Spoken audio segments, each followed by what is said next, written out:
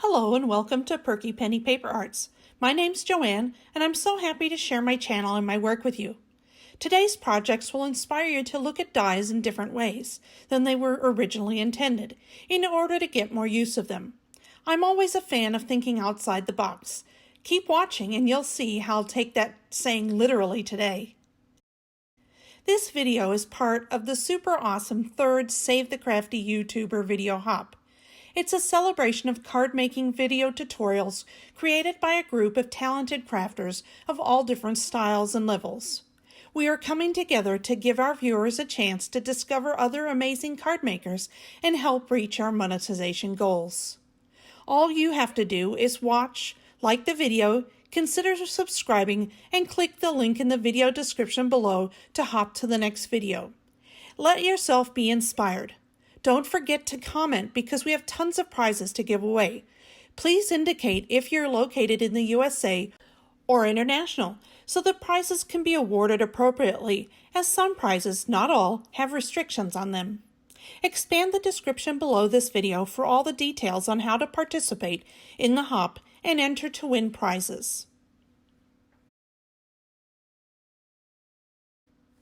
Before we start, a friendly reminder to subscribe and hit the notifications button if you haven't already done so. This way you won't miss any of my future content. It also helps me get noticed more and move closer to my goals. Thank you so much for your support. It's so much appreciated. Now on to the fun stuff. Let's make some cards. When I saw this adorable butterfly treat box die from Lawn Fawn, it was a must-have.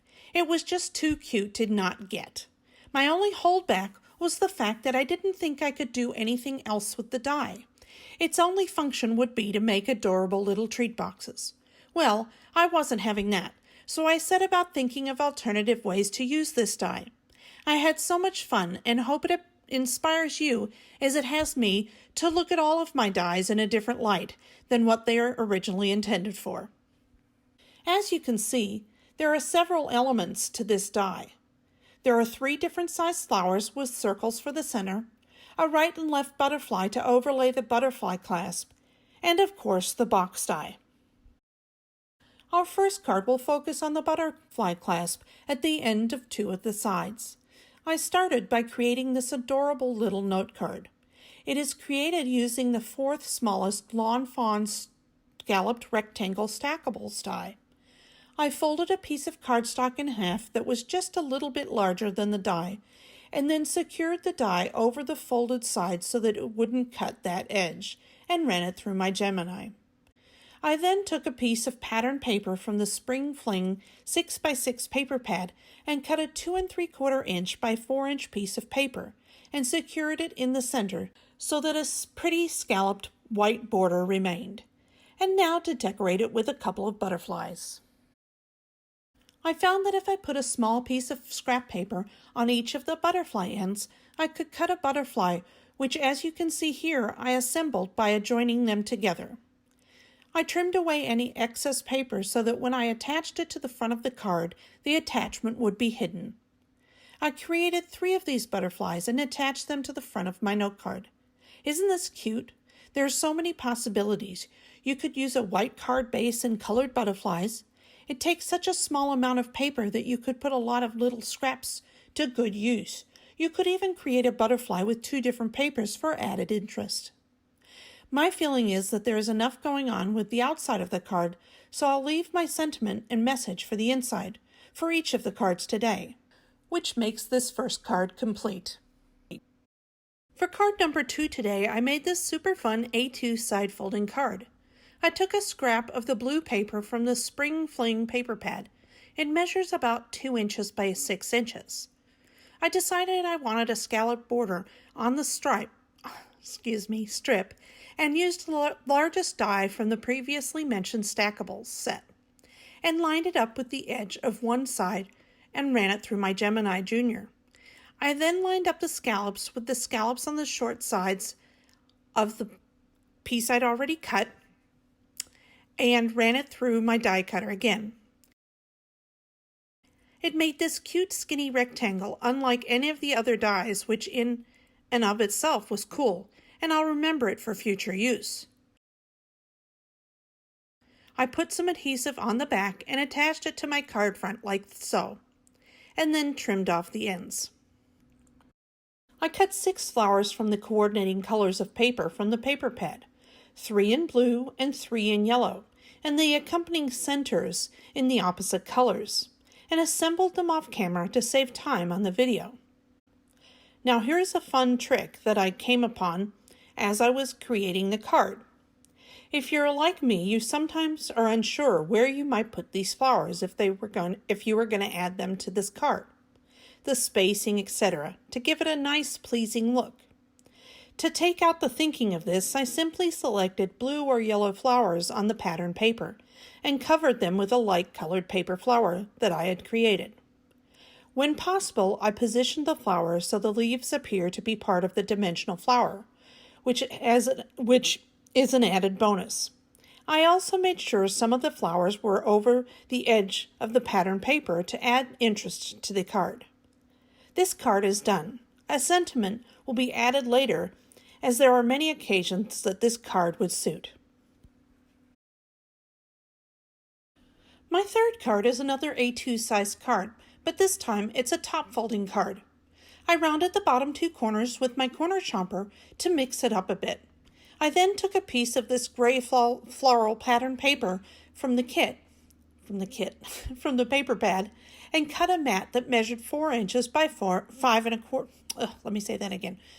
inches by 5¼ inches, and rounded its bottom corners as well, before centering and attaching it to the card base.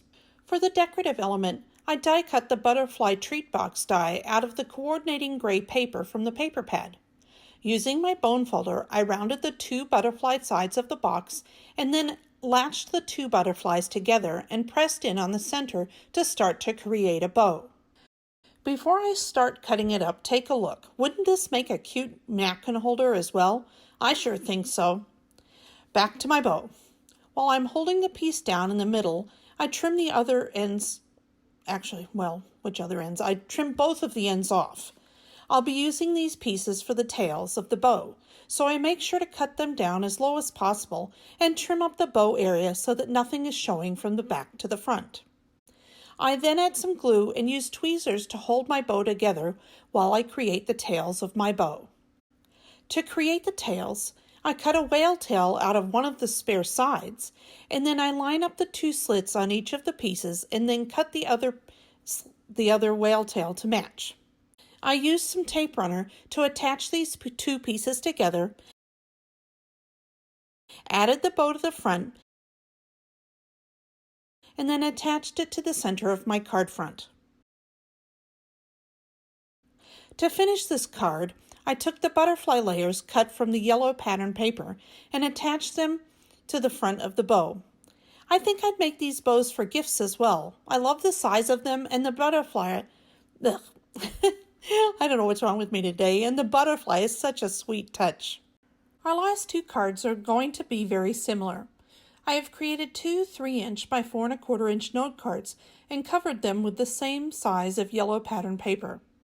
I'll set these aside while I make the decorations for these cards. I take a piece of the 6x6 paper in the coordinating yellow floral pattern and then cut the butterfly treat box from it, and proceed to cut off all 4 sides at the score line that is there to create the box. I put the butterflies together and then add adhesive to the back of this piece. I decide where I wanted it positioned on the front of the card and then attach it and trim the sides. To finish this card, I again take a contrasting color of paper from the paper pad and die cut the butterfly pieces out of it and attach said butterfly pieces to the front of my card. For the second card, I adhere the 2 pieces together, lined up so the slits are on top of each other. I repeat the process of deciding where I want it on my card and attach it with adhesive. To cover the slit and add some whimsy, I take 3 pink flowers cut from the accompanying dies and attach them over the slit. And there you have it, 5 cute and quick cards that were created using a die that was meant to make a box. Do you have any dies that you'd like to get more use out of? Be sure to let me know in the comments below, and I'll try and create videos for these when possible. Thank you so much for participating in the Save the Crafty YouTuber hop today. Don't forget to expand the description below to find out how you can enter to win one of many great prizes and to find the link for the next participant in this hop. If you enjoyed this video, a thumbs up is appreciated, and I'm always happy for your comments and suggestions.